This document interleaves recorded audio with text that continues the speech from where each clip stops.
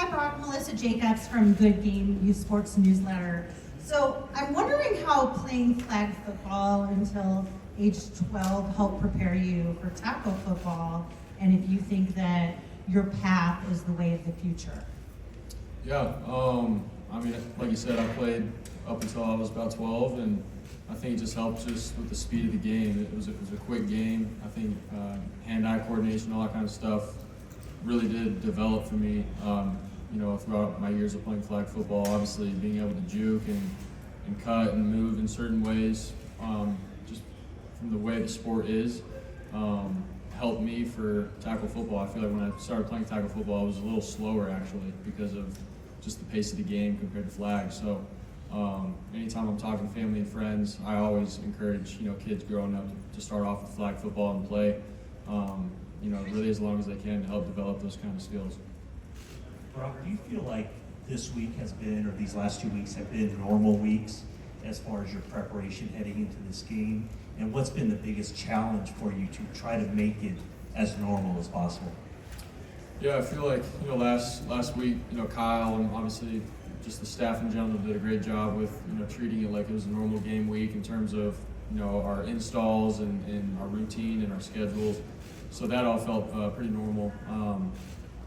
And the challenge is, you get through the week and then you don't play on Sunday. So for us, it was, you put in all this, work of studying and preparation and obviously practicing, and then you're not playing on Sunday. So that was a little odd. But obviously this week, same thing, knocked out some media stuff early in the week, and then today it felt good to get back out there and get back in our routine.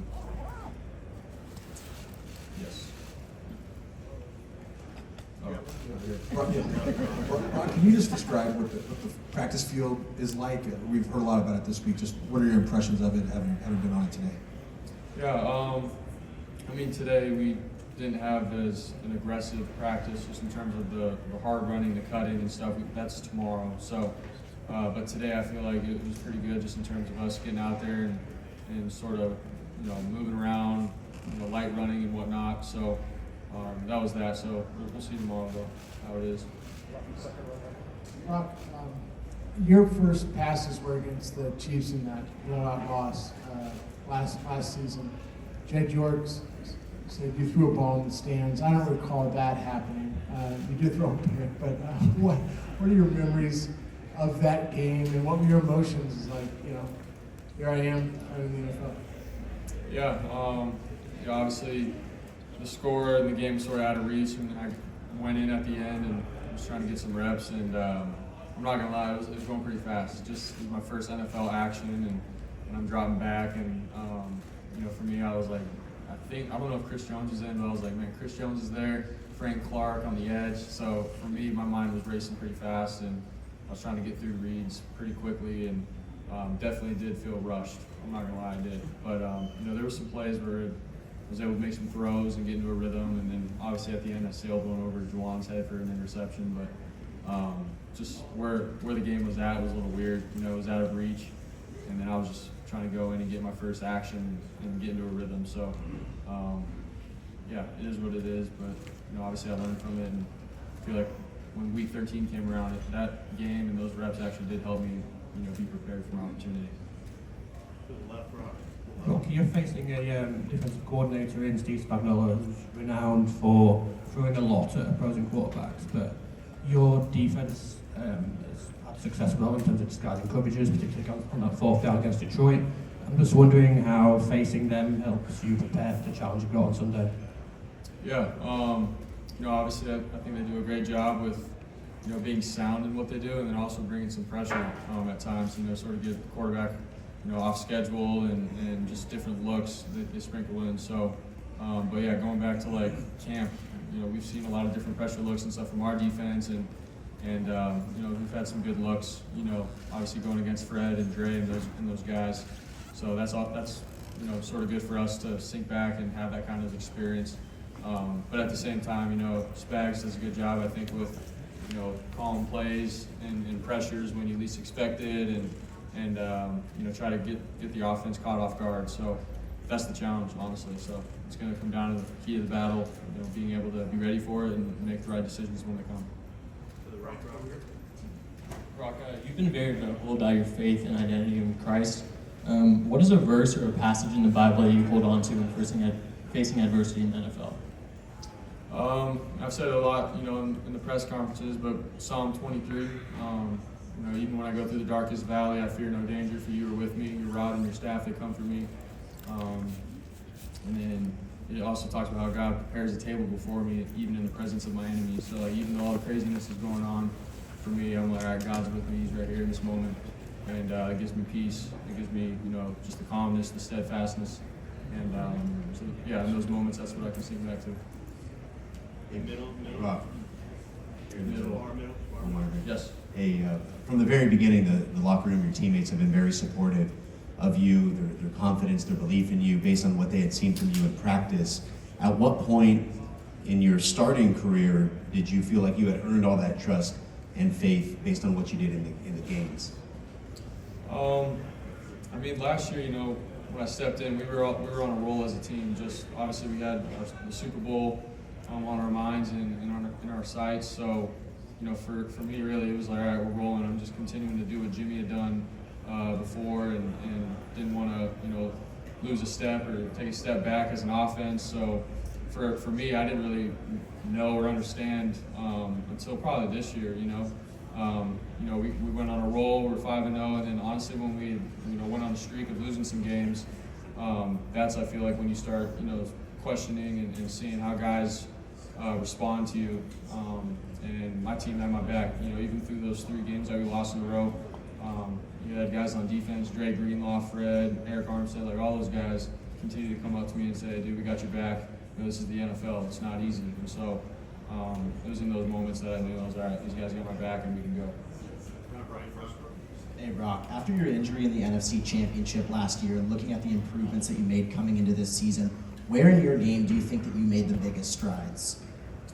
Yeah, I think, last year when I first got in, there was times where I feel like I really wasn't, playing the position of quarterback like I needed to and wanted to. I feel like I was, sort of quick to get out of the pocket at some points and rush out and not trust progressions and trust the boys up front. So I feel like this year I've done a little bit better of a job of staying within the pocket, going through some reads, taking some checkdowns, throwing the ball away when I need to. Obviously there's been some times and moments where, I've been too aggressive and I've had interceptions and stuff, but that happens. And so, but I think a big jump for me this year is just playing the position and not trying to be Superman every play when something's not there. Brock, you mentioned you had a lot of meaningful conversations with the veterans of this team about navigating this Super Bowl experience. What's been the most helpful piece of advice you've gotten? Yeah, not making it, what it's not. And I've heard a lot of guys say, it's a big moment, it's a big game, it could be the biggest game of your life kind of thing, but what it comes down to is it's 11 on 11, it's football at the end of the day. You can't get wrapped up in all the stuff outside, what's going on throughout the week. And we're here for a reason. What we've done all year has gotten us here, and so we can obviously have confidence in that. What we've done all year has been good enough, and we just got to continue to do that. I've heard that from multiple of the vets. Brock, your teammates say that impersonations are among your many talents. I believe sirens, we had SpongeBob the other night, maybe some teammates, coaches. When did you first realize you can do that, and how do you use that in the building? Yeah, growing up, my dad was pretty good with impersonations, and so I think I picked up from him. Just whether it was family, friends, teammates growing up, I feel like I've always done some impersonations, and they've been pretty well. But I don't know, I'll do it sometimes when we're in the huddle or something to sort of just show them that, all right, Brock's he's calm, he's cool and collected here, he's joking around, so it's all good. So I feel like there's times and moments where I do it, but I don't go around trying to impersonate everybody all the time. Hi, Brock, it's Contessa Brewer from CNBC. When you started, I guess in gambling terms, you would have been considered a long shot. Give me a sense of whether being underestimated is actually an advantage.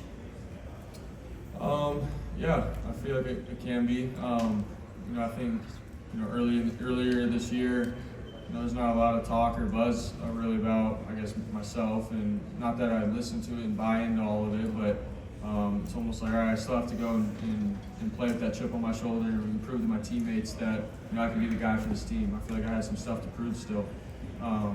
Obviously, last year I played 7, 8 games or whatever that was, and it was all good, but it wasn't a whole season, so there's a lot of questions. And so for me, it was, all right, I still got to go out there and prove to myself, I can do this, and it's my team that I can be the guy. So, yeah, there wasn't a big, spotlight on me or anything like that. So, like, you sort of want to make a name for yourself, kind of thing, throughout the year and early on. So, I feel like it has been sort of an advantage for sure.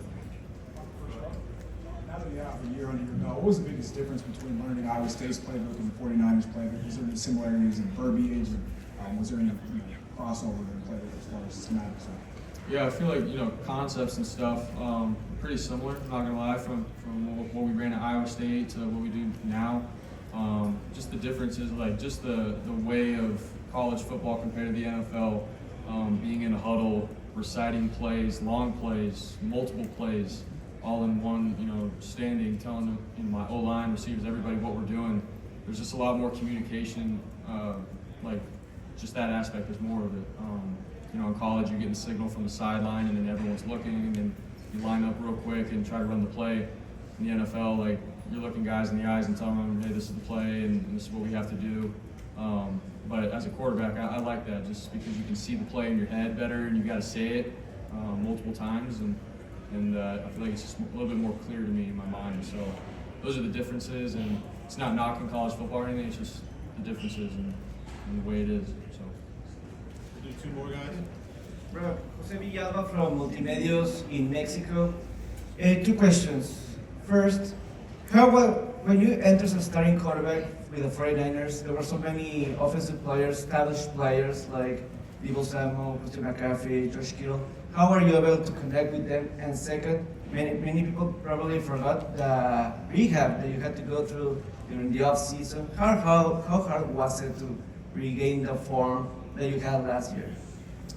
Yeah, so to answer the first part, I've been myself since I got here day one. Obviously I've come in and I didn't really say much. I just try to learn the playbook and do my job and show, the guys at practice that, hey, I can be a trustworthy guy if my number's called upon. Go in, make reads and make plays. And I feel like over time, Trent, Debo, Christian, George, like they sensed that, they could feel it. It wasn't just all talk. And obviously when I got thrown in week 13, it was like, all right, let's see what you got kind of thing.